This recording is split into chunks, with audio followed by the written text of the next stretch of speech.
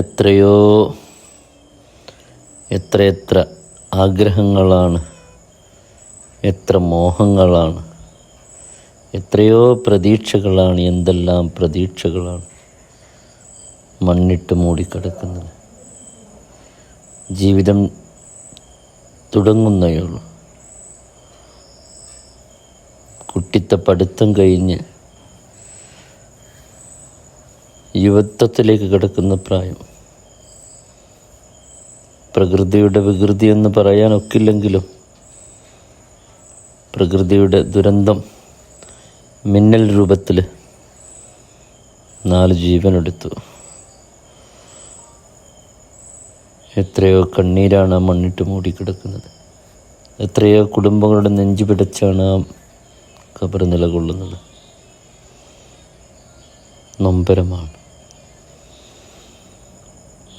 നമ്മളൊക്കെ അത് കാണുമ്പോൾ നമ്മളെ ചൊല്ലാൻ പഠിപ്പിച്ചു, അസ്സലാമു അലൈക്കും ദാറഖൗമു മുഅ്മിനീന ഇന്ന ഇൻഷാ അല്ലാഹു ബിക്കും ലാഹിഖൂൻ. അവിടെ കിടക്കി, ഞങ്ങൾ ഇൻഷാ അല്ലാഹ് നാളെ ഞങ്ങളും വരും.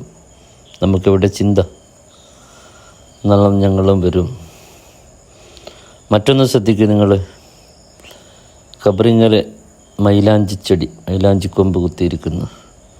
അതിൻ്റെ പൊരുൾ, അതിൻ്റെ ഒരു ഹിക്മത്ത് എന്ന് ഞാൻ പറയാം. നിങ്ങൾ ചിന്തിച്ചിട്ടുണ്ടോ? നമ്മൾ കല്യാണത്തിൻ്റെ ആദ്യ രാത്രി, കല്യാണ രാത്രിയുടെ തലേന്നൊക്കെ മൈലാഞ്ചി ഉപയോഗിക്കലുണ്ട്. മൈലാഞ്ചി കല്യാണമെന്നും മൈലാഞ്ചി രാവ്. ഖബറിങ്കലും മൈലാഞ്ചിക്കൊമ്പ്,